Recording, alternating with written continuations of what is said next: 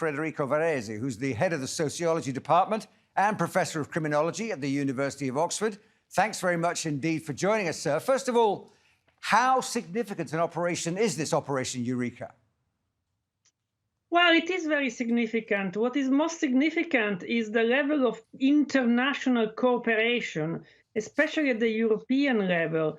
So many countries have been involved, not just Italy, but Spain, Belgium, Germany, Portugal, Slovenia, and then, of course, investigations with Brazil, Colombia. And they have uncovered, obviously, a very significant network, which is centered around the Calabrese 'Ndrangheta, the Calabria Mafia. So extremely significant.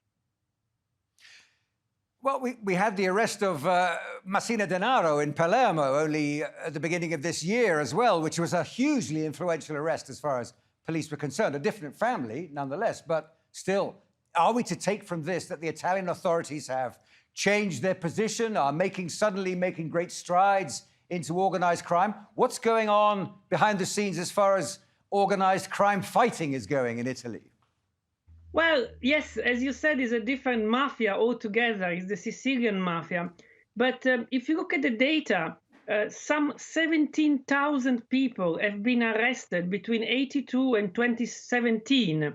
So 17,000 people have been arrested since 82 for mafia crimes in Italy.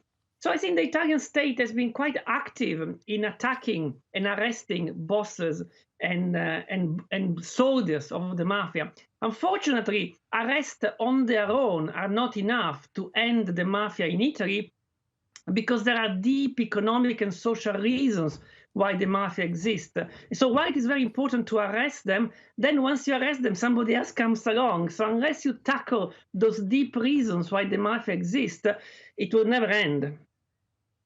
And there are other questions, I guess, in terms of organised crime. You mentioned before how many countries were involved in this operation, which means it was a truly international criminal operation, if you're going to go as far as Romania and Belgium and Brazil and all the rest of it.